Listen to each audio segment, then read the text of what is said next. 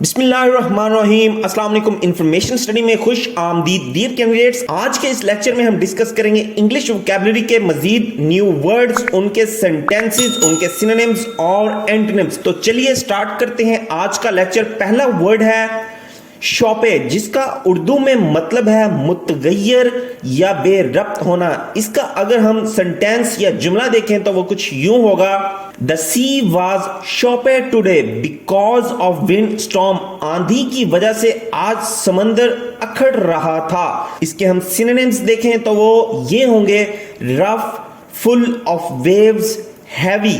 इसके एंटोनिम्स कुछ यूं होंगे, काम, स्मूथ। अगला वर्ड है अम्बेल्डन, जिसका उर्दू में मतलब है हौसला अफजाई करना, अभारना। इसका अगर हम सेंटेंस देखें तो वो कुछ इस तरह बनेगा, his success emboldened him to expand his business. उसकी कामयाबी ने उसे अपने कारोबार को बढ़ाने का हौसला दिया।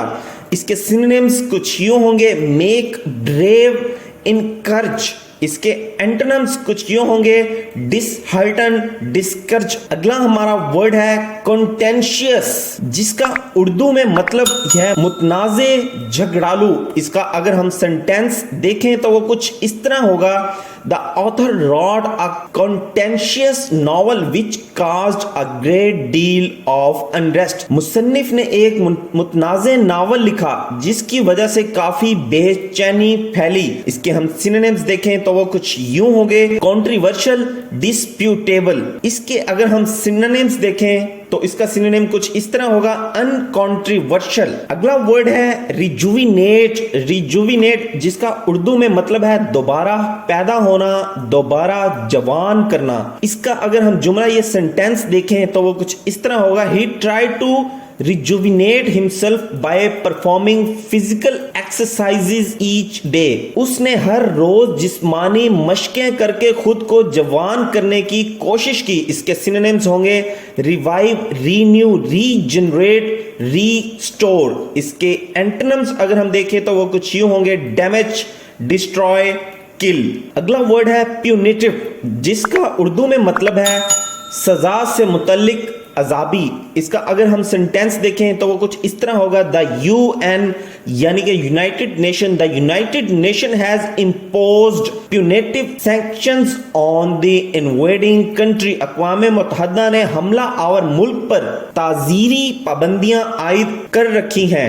इसके अगर हम सिनोनिम्स देखें तो वो कुछ यूं होंगे, पैनल, डिसिप्लिनरी, करेक्टिव। इसके अगर हम एंटोनिम्स देखें तो वो कुछ यूं होंगे, रियल, जेन्युइन। अगला वर्ड है एवर्शन, जिसका उर्दू में मतलब है नफरत, इख्तलाफ, मुंह मोड़ने का अमल। इसका अगर हम सेंटेंस या जुमला देखें तो वो कुछ इस तरह बनेगा, I felt an aversion to his best friends after being cheated.